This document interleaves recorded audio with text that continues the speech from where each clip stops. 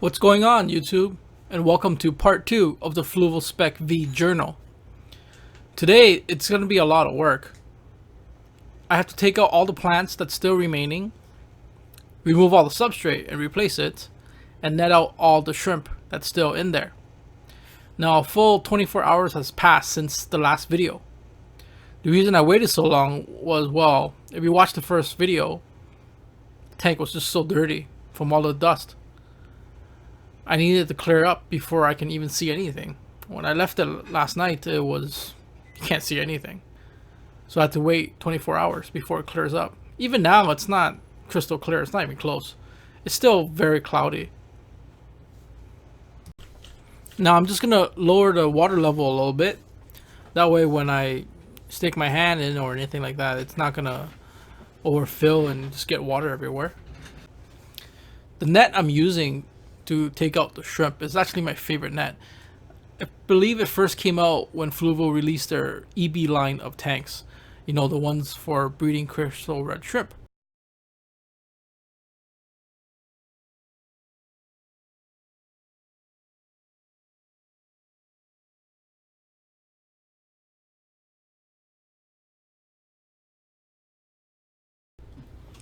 I'm just about done here, and I think I fished out around 50 or so shrimp.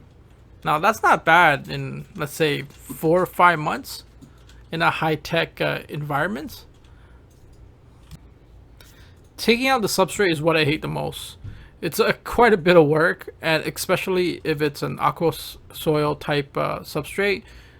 As you can see, it just creates such a mess. But it doesn't really matter in the long run, I guess. This has to be done. It's just too dirty. You know, I'm just tired of it. The water is so dirty and cloudy that I really can't see anything, so I don't really have a choice. I gotta drain down the water so that I can try my best to find the remaining shrimp.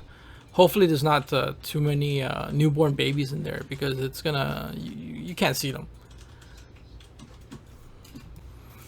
Actually, whenever I change out substrate, I actually prefer to drain down the water. That way, when you take out the substrate, the detritus and everything else is not going to get everywhere on the water column. Now, my favorite tool to take out substrate is a fine mesh net that I got at my local PetSmart. I've actually been using this net for a good amount of years, especially for changing out substrate. It's very fine, so the granules don't fall through it. I'm not really sure what I'm going to do with the substrate I take out. I can probably toss it, but it can serve other purposes, like maybe in a shrimp breeding tank or something. But definitely it has to be dried out in the sun. You should never wash aqua soil. I made that mistake once or twice, and pretty much if you wash it, you just ruin it, and it affects the structural integrity of the granules. And once it's washed, it doesn't hold its shape.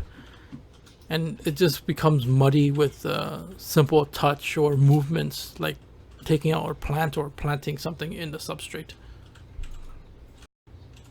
Look at that tank. It's nice and clean. I scrubbed off all the mud residue from taking out the substrate. Now I want to talk about the various mods I did to this tank. While Fluval did design a great tank, there's just too much bypass for me. For example, that bottom slit. It allows the water to travel through that slit and into the bottom media in the media chamber. They also put another slit between the media chamber and the return chamber, so that when your media gets too clogged and you don't clean it, it just travels through that bypass and into the return instead of going through all your media in the chamber. I also put in a piece of egg crate for the media to sit on, because I'm not using the stock sponge media. I'm using different layers of media.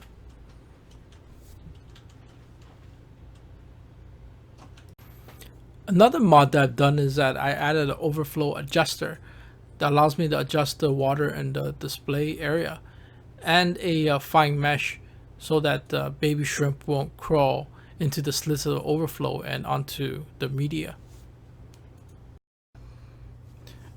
It's time to fill up the tank with substrate.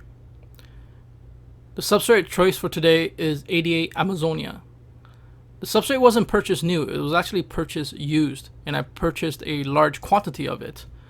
It was freshly taken out from a previous owner's tank, so it was very wet. I had to dry them out in my backyard. Due to the amount I purchased, it took maybe over a week actually. And the reason for that was, well, for many of the days it was raining, so it took a while. There's a ruler in the back of the tank. Now the reason I put a ruler there is to help me gauge the heights of the substrate. What I want to do is have at least 2.5 inches in the back. In the front, around 1.5 to 2 inches. The reason I do that is because it creates a view of slope that goes to the back. So it creates a depth. I'm using a stainless steel leveler so I can even out the substrate.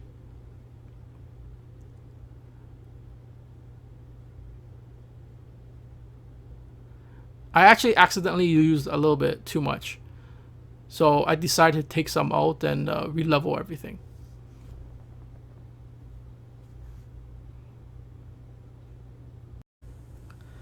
Now that the substrate is leveled, it's time to fill up the tank.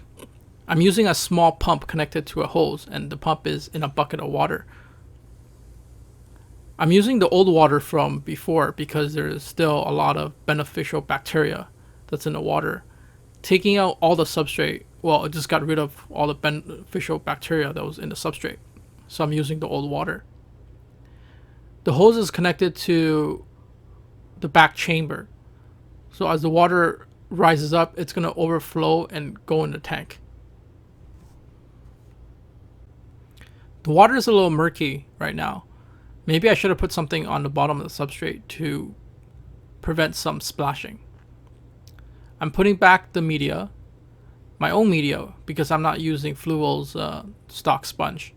On the bottom, I use a bag of Cetra Matrix for biological filtration, then a coarse sponge, and then a finer sponge on top of that. Finally, I use a piece of filter floss to polish the water and to keep small particles from going to the bottom of the tank. This is the end of the video, and I want to thank you for watching. Part 3 will be coming soon, and that's when I will plant the tank.